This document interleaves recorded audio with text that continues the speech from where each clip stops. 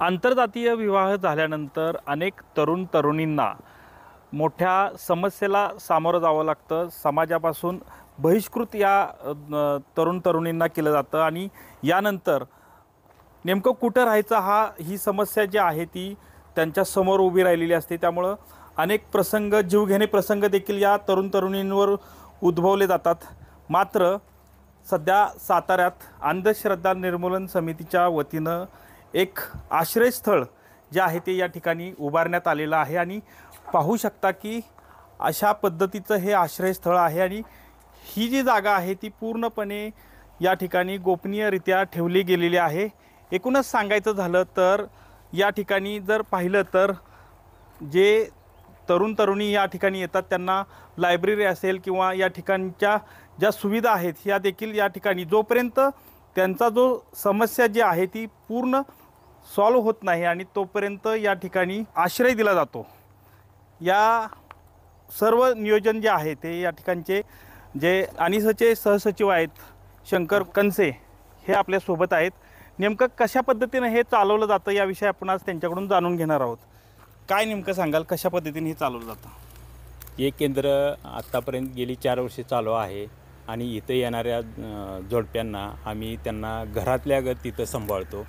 ती आल्यानंतर ती आमच्या किचनमध्येच काम करतात। कारण त्यांना जर बाजूला ठेवलं तर त्यांच्या मनात सारखं घरी काय चाललं आहे हा प्रश्न राहतो आणि तो राहू नये म्हणून आम्ही त्यांना कामात गुंतवतो।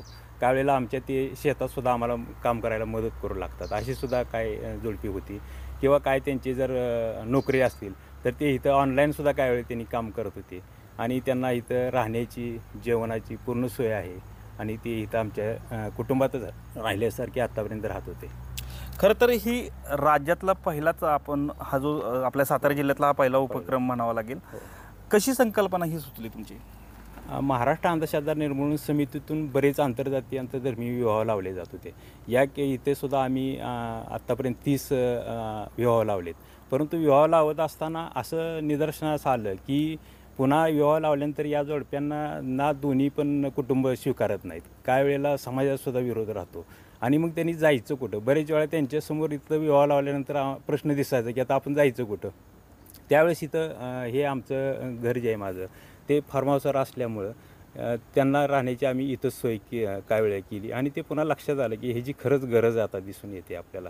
त्यामुळं ती संकल्पना हमीद दाभोळकर आणि माझ्या लक्षात आली आणि त्यामुळं आम्ही त्या पद्धतीचं महाराष्ट्र अंधश्रद्धा निर्मूलन समितीतून सुरक्षा निवारा केंद्र म्हणून आम्ही ते सुरू केलं। ते मला एक सांगा, आता पोलीस प्रशासन असेल किंवा आपलं प्रशासनाच्या वतीनं काय तुम्ही अपेक्षा ठेवताय की यामध्ये आता खरं तर बऱ्यापैकी लोकांना हे समजतंय पण आता कशी अपेक्षा तुम्ही ठेवताय? आम्हाला आता प्रशासनाकडून एकच अपेक्षित आहे की आम्ही राहण्याची त्यांची सोय केलेली आहे तर या केंद्राला त्यांनी मान्यता देऊन संरक्षण द्यावं। त्यामुळे त्यांची कुठलाही त्यांना त्रास होणार नाही त्या जोडप्यांना आणि त्यांचीसुद्धा जी काही त्रासमधून मुक्तता होईल आणि त्यांनी आम्हाला संरक्षण द्यावं। अन्यथा त्यांनी शासनानं गृह खात्यानं जो जी आर काढला त्याप्रमाणे त्यांनी शासनाची सुरक्षा निवारा केंद्र सुरू करावी। नक्कीच हे होते शंकर कनसे। त्यांनी एकूणच सांगितलेलं आहे की मागील 4 वर्षापूर्वी हे आश्रयस्थळ जे आहे ते अनिसच्या वतीनं उभारण्यात आलं आणि या निमित्तानं हे जे काम आहे ते गेले अनेक वर्षापासून ते काम करत आहेत आणि सध्या प्रशासनानं पोलीस प्रशासनानं याकडं हे जे निवारा केंद्र आहे या निवारा केंद्रासाठी कुठंतरी याकडं गांभीर्यानं लक्ष देऊन या ठिकाणी सुरक्षा पुरवण्याची गरज व्यक्त केली आहे। कॅमेरामन तुषार जाधवसह संतोष नलावडे, TV9 मराठी, सातारा।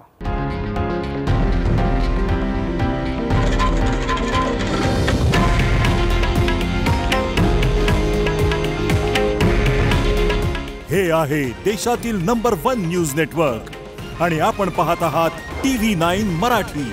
काळजी तुमची, हित महाराष्ट्राचं।